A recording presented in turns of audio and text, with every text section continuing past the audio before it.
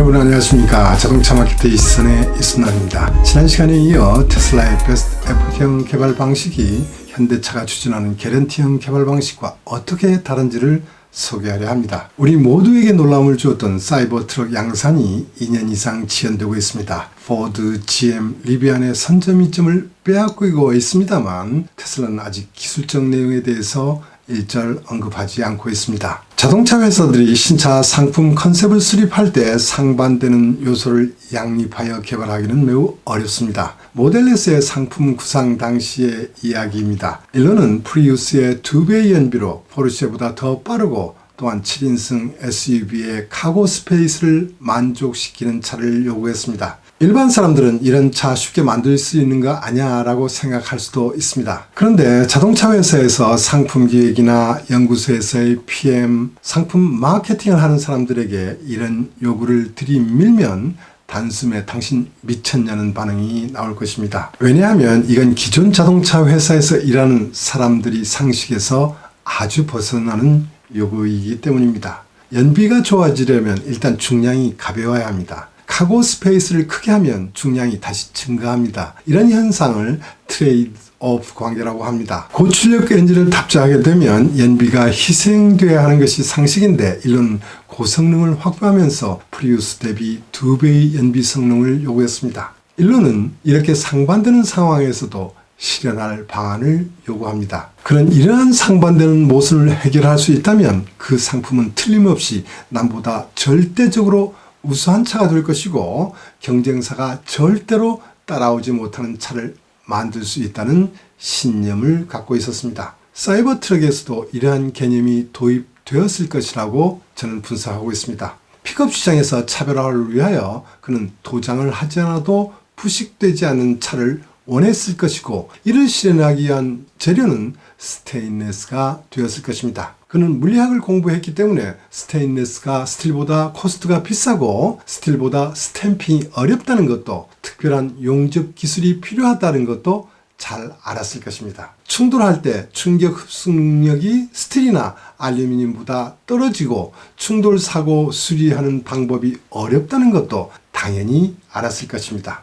그런데도 이 상품 컨셉이 실현된다면 타사와 유니크한 차별점이 되어 큰 효과를 얻을 수 있다고 판단하여 일단 해보자는 식으로 시작했습니다. 그리고 시작차를 만들고 10분 이내에 공개하면서 2년 후 판매한다고 했습니다. 기존 업체들은 컨셉과 정도로 생각했고 양산을 할 수 있을까에 대하여 많은 의문을 가진 것도 사실입니다. 일론 머스크는 스페이스 X에서 재료공학을 연구하는 세계 최고의 엔지니어들이 이 혁신을 이루어주기를 기대했을 것입니다. 이러한 문제를 해결할 수 있는 스테인리스와 비슷한 합금을 어떻게든 조기에 개발하는 것 말입니다. 지금 사이버 트럭 양산 지연 원인이 무엇인지 저는 정확히 알 수는 없지만 스테인리스 재료가 가진 단점과 생산성 저하를 극복하는 혁신 요소를 계속해서 찾고 있지 않은가 하고 저는 생각해 봅니다. 많은 사람이 사이버 트럭 양산 시점이 지연되는 부분을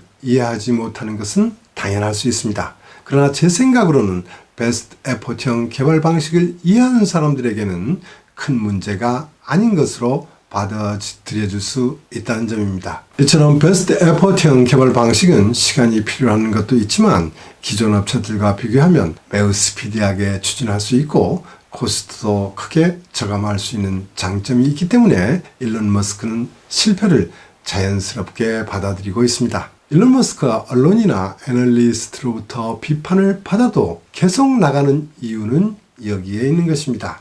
안정적인 성장을 원하는 기업에서는 이런 베스트 에포트형 개발 방식은 매우 낯설 것이고 도입하기가 어려울 것입니다. 폭스바겐 그룹도 이런 혁신을 시도하려다 실패했습니다. 폭스바겐 CEO는 소프트웨어 개발 특별 조직까지 만들면서 추진했지만 개발 일정이 지연되면서 작년 해임되었습니다. 폭스바겐은 지금 차기 플랫폼과 소프트웨어 개발하는데 큰 혼란에 빠져 있는 것을 보면 테슬라 개발 방식이 말로는 간단하게 들릴지 모르지만 실행하는 데는 매우 어렵다는 것을 충분히 알 수 있을 것입니다. 자동차와 로켓 개발처럼 매우 복잡한 제품에 대해서 베스트 에포트형 개발이 실행되기 위해서는 두 가지의 절대적 조건이 있어야 하기 때문입니다. 그 첫 번째는 기본 설계가 매우 잘 되어 있어야 한다는 점입니다. 기본 설계가 맞게 되어 있다면 나중에 개선하면서 문제점을 해결하여 완성도를 높여갈 수 있습니다. 지금 전기차의 배터리는 차체 플로어 하부에 탑재하는 것이 기본이 되고 있습니다만 테슬라가 모델 S를 개발할 때 기본 설계의 하나는 여러 가지를 검토하다가 약 7,000개의 배터리를 차체 하부에 배치했습니다. 이 설계 개념은 저중심을 확보할 수 있기에 안정된 주행 성능을 실현할 수 있습니다. 그러나 길바닥 위에 놓여 있는 물체가 차체 하부와 부딪히게 되면 배터리가 손상되는 위험성도 있어 배터리 팩 바닥에 방어 프로텍터로 커버하는 설계를 했습니다. 그런데 2013년 워싱턴주의 고속도로를 주행 중이던 모델 S에 낙하물이 끼면서 화재 사고가 발생하였습니다. 테슬라는 이 문제를 개선해야 했습니다. 고속 주행 중에는 소프트웨어로 자동으로 차고를 올리고 하드웨어적으로는 차 밑바닥에 3중 구조의 강력한 프로텍터 실드를 추가했습니다. 그 후 이 문제는 크게 일어나지 않고 있습니다. 만약 차고를 올리는데 강력한 프로텍터 실드를 파괴하여 화재 사고가 계속 일어났다면 배터리를 차 하부에 탑재하는 것은 기본 설계가 틀린 것이 되기 때문에 처음부터 재검토해야 합니다. 예를 들면 사이버 트럭의 최초 컨셉이었던 스테인리스 바디를 스틸 재질로 변경한다면 기본 설계부터 하나하나 뜯어 고쳐야 할 것입니다. 그렇게 되면 모든 부품에 영향을 미치고 생산 설비 변경도 해야 합니다. 발주한 부분 취소하고 생산 라인 교체도 필요하게 됩니다. 자동차도 로켓도 기본 설계가 틀리게 되면 소프트웨어 제품과는 다르게 엄청난 비용이 발생하여 경영이 위태로워지게 됩니다. 또한 베스트 에포트형 개발 방식으로 개발하기 위한 절대적 두 번째 조건은 사장이나 CEO가 실패할 수 있다는 각오를 하는 것입니다. 일론은 실패 이야기가 나오면 그까짓 실패 정도로 받아들이며 실패 없이는 혁신은 없다고 늘 말합니다. 일론처럼 실패를 적극적으로 받아들이는 경영자는 세상에 없을 것이라고 합니다. 실패는 귀중한 학습 자재이고 실패를 통하여 배우고 어느 정도 빨리 개선책을 찾아내는 것이 중요하다고 보고 있습니다. 많은 기업은 특히 대기업이 될수록 실패를 피하고 싶어 하므로 회의를 많이 합니다.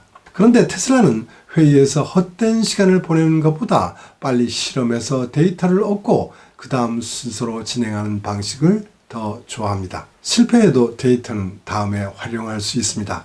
사장이나 CEO의 실패를 두려워하지 않는 각오가 있는 것만으로도 5%, 10%라는 작은 개선이 아니고 5배, 10배 정도의 격이 다른 혁신을 이룰 수 있다고 믿고 있습니다. 지금 루시드 모터스에서 CEO를 하는 피터 로렌스는 2009년부터 12년까지 일론과 함께 일했는데 그로부터 배웠던 최대의 교훈은 철저한 낙관주의였다고 합니다. X.com과 페이팔이 합병될 때의 쿠데타 지옥, 스페이스X와 테슬라를 운영하면서 초기 겪었던 자금 지옥, 그리고 모델 3 생산 지옥을 이겨낸 힘은 낙관주의에서 온 부분이 많다고 합니다. 네바다주의 배터리 공장을 착공할 때 그 총공사비는 테슬라의 연간 매출액이 2배 이상이었습니다. 그렇기 때문에 전문가들은 비상식적이라고 혹평했고 그만큼 수요가 예상되지도 않는데 그러한 거대 공장을 짓는다고 비판했습니다.